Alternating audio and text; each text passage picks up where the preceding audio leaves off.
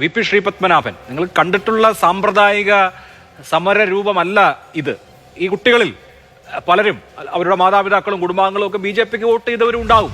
ഇവിടുത്തെ പ്രശ്നം വളരെ ലളിതമാണ്. വിദ്യാഭ്യാസ സമ്പ്രദായം ആകെ തന്നെ താറുമാറാവുന്ന വിധത്തിൽ വലിയ പ്രശ്നമുണ്ടായി. വലിയ പ്രശ്നം ഈ രാജ്യം ഇതുവരെ കാണാത്ത വിധത്തിൽ. നീറ്റ് പരീക്ഷ, CBSEയുടെ 12ാം ക്ലാസ് പരീക്ഷ, എത്ര വിദ്യാർത്ഥികൾ ആത്മഹത്യ ചെയ്തു എന്നുള്ളത് നമുക്കറിയാം. എന്നിട്ടും ഒരു തരത്തിലും അക്കൗണ്ടബിൾ ആകാൻ അതിൽ റെസ്പോൺസിബിൾ ആയ ആളുകൾ തയ്യാറാവുന്നില്ല എന്നുള്ളതാണ്. അരിയല്ലൂരിൽ ട്രെയിൻ മറിഞ്ഞതിന് രാജിവെച്ച റെയിൽവേ മന്ത്രിയുള്ള രാജ്യമാണ് നമ്മുടേത്. ഒരു തരത്തിലും ജനങ്ങളോട് അക്കൗണ്ടബിൾ ആകുന്നില്ല എന്ന് വാശി പിടിക്കുന്ന ഒരു സർക്കാരിനെ ജനങ്ങൾ ചോദ്യം ചെയ്യും. അപ്പോൾ അത് സാമ്പ്രദായികമായ രാഷ്ട്രീയ സമരങ്ങൾ നേരിടുന്ന മാതൃകയിൽ നേരിടാം എന്ന് വിചാരിച്ചാൽ അത് ശരിയാകുമോ ശ്രീ പത്മനാഭൻ? ഇത്രയും അക്കൗണ്ടബിളായ ഒരു ഗവൺമെന്റ് സ്വതന്ത്ര ഭാരതത്തിൽ ഉണ്ടായിട്ടില്ല. ഇത്രയും അക്കൗണ്ടബിളായ സീറോ കറപ്ഷൻ 12 ലക്ഷം കോടി രൂപയുടെ അഴിമതി നടത്തിയ മഹാന്മാരെ 4.25 കൊല്ലം പിന്തുണച്ചവരാണ് ഈ സന്തോഷ് കുമാറിന്റെ പാർട്ടി.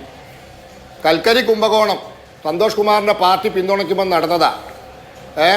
2G സ്പെക്ട്രം അഴിമതി സന്തോഷ് കുമാറിന്റെ പാർട്ടി പിന്തുണയ്ക്കുമ്പോൾ ഇതൊക്കെ പണ്ടെന്നോ നടന്നാണ്. ഇപ്പോഴത്തെ കാര്യമാണ് ചോദിക്കുന്നത്. ഈ നീറ്റ് പരീക്ഷ രണ്ടാമത് നടത്തേണ്ടി വന്നു. നീറ്റ് പരീക്ഷ എഴുതിയ കുട്ടികൾ ആത്മഹത്യ ചെയ്തു. വിദ്യാഭ്യാസ മന്ത്രി ആ കസേരയിൽ ഇരിക്കുകയാണ്. എന്താണ് ഇറക്കി വിടാത്തതെന്നാണ് ഈ കുട്ടികൾ ചോദിക്കുന്നത്. നിങ്ങൾ ആവേശം കൊള്ളല്ല. അഭിലാഷ്, ഞാൻ ഒരുപാട് നേരമില്ല, എനിക്ക് മറുപടി വരാൻ അവസരം പുരാണം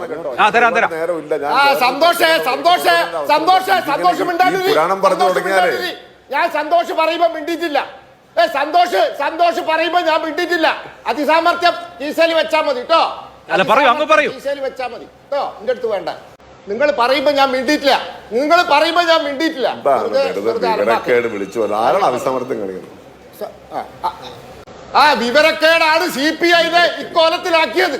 ഉപ്പുവെച്ച കലം പോലെ നമ്മുടെ വിഷയം അതൊന്നും അല്ല. എന്റെ ചോദ്യം സ്ട്രൈറ്റ് ആണ് ശ്രീ പത്മനാഭൻ, സ്ട്രൈറ്റ് ആണ്. ഞാൻ വരട്ടെ, ഞാൻ പറയട്ടെ. ഈ അക്കൗണ്ടബിലിറ്റിനെ പറ്റി പറഞ്ഞപ്പോ ഞാൻ പറഞ്ഞു എന്നേ ഉള്ളൂ. ഇനി ഞാൻ കാര്യം പറയാം. സമരം ചെയ്തോളൂ. ആർക്കാ പ്രശ്നം? ഈ ധർമ്മേന്ദ്ര പ്രധാൻ അല്ല, പ്രധാനമന്ത്രി രാജിവെക്കണം എന്ന് പറഞ്ഞ് സമരം ചെയ്തോളൂ. ആർക്കാ പ്രശ്നം? ഇന്നലെ വരെ എന്തേ പ്രശ്നം ഉണ്ടായി? സോനം വാങ്ചുക്കിന് 20 ദിവസം അയാൾ നിരാഹാരം കിടന്നപ്പോൾ ആരോഗ്യസ്ഥിതി വഷളായി. ഡൽഹി ഹൈക്കോടതി പറഞ്ഞു ഈ എല്ലാവരുടെ ജീവനും വിലയുണ്ട്. അപ്പോൾ അദ്ദേഹത്തെ ആശുപത്രിയിലേക്ക് മാറ്റി. അറസ്റ്റ് ചെയ്തിട്ടില്ല, റിമാൻഡ് ചെയ്തിട്ടില്ല, മജിസ്ട്രേറ്റിന് മുന്നിൽ ഹാജരാക്കിയിട്ടില്ല. ആശുപത്രിയിലേക്ക് മാറ്റി. ആശുപത്രിയിൽ കിടക്കുന്ന അദ്ദേഹത്തിൻ്റെ ഭാര്യ ഡൽഹി ഹൈക്കോടതിയിൽ പോയി. എന്താ ഹൈക്കോടതി പറഞ്ഞത്? ഒരു കുഴപ്പമില്ല, അവിടെ നിന്നോട്ടെ എന്നാണ് പറഞ്ഞത്. ഇന്ന് എന്താ ഉണ്ടായത്? ഇന്ന് പാർലമെന്റ് മാർച്ച്.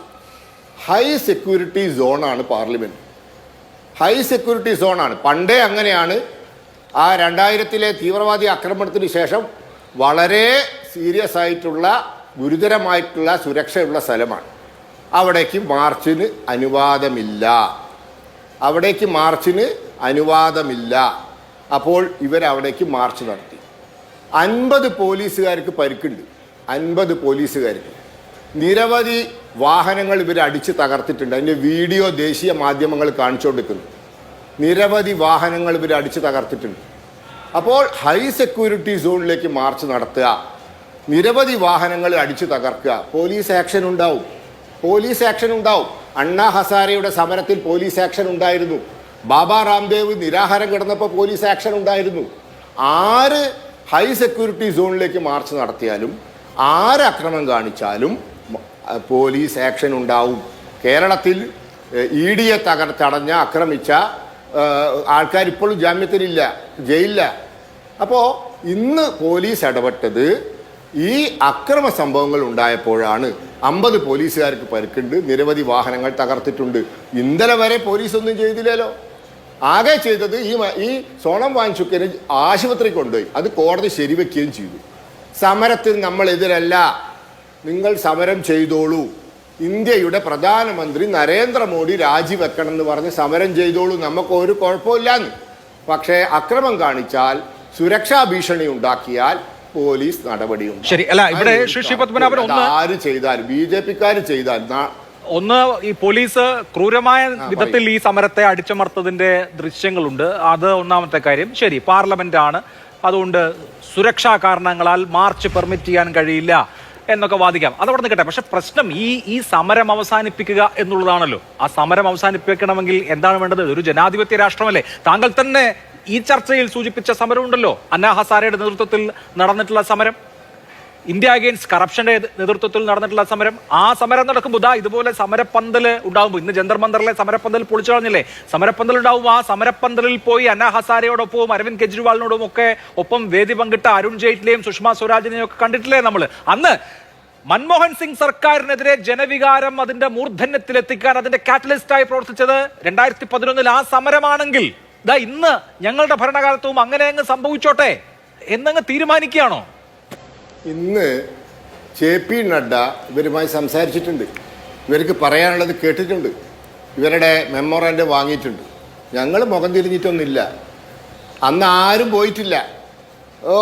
ഈ CPI-ക്കാർ 4.5 കൊല്ലം താങ്ങിയ കോൺഗ്രസ് ഗവൺമെന്റ് ഇപ്പോഴും CPI ആ മുന്നണിയിലാണ്, കോൺഗ്രസ്സുകാരൻ്റെ കൂടെയാ.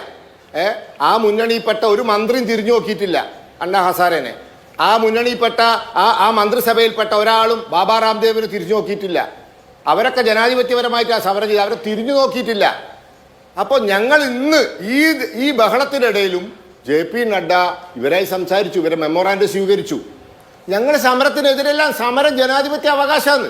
പക്ഷെ നിങ്ങൾ അക്രമ സമരം കാണിച്ചാൽ, നിങ്ങൾ പോലീസിനെ ആക്രമിച്ചാൽ, ഹൈ സെക്യൂരിറ്റി സോണിലേക്ക് വന്നാൽ, നിങ്ങളെ വാഹനങ്ങൾ തകർത്താൽ നടപടി ഉണ്ടാവുന്നു. അത് BJP ചെയ്താലും ഉണ്ടാവുന്നു. കേരളത്തിൽ എത്ര ലാത്തിചാർജ് BJPക്ക് കിട്ടിയിട്ടുണ്ട്? എല്ലാ പാർട്ടിക്കും നേരിടേണ്ടി വരും. നിങ്ങൾ പോലീസിന്റെ പെർമിഷൻ ഇല്ലാത്ത സമരത്തിന് പോയാൽ പോലീസ് നടപടി ഉണ്ടാവും. അത് സ്വാഭാവികമാണ്. അത് ഇന്ത്യയിൽ എല്ലാ സംസ്ഥാനത്തും എല്ലാ ദിവസവും നടക്കുന്നതാ. അതാണ് ഇപ്പോൾ ഇവിടെ നടന്നത്. അവിടെ നിങ്ങൾ സമരം ചെയ്തോ, നമുക്ക് വിരോധമൊന്നുമില്ല. ഞങ്ങൾ സമരത്തിനൊന്നും പേടിക്കുന്നവരല്ല. ഞങ്ങൾ സമരം ചെയ്തിട്ടാണ് അവിടെ എത്തിയത്.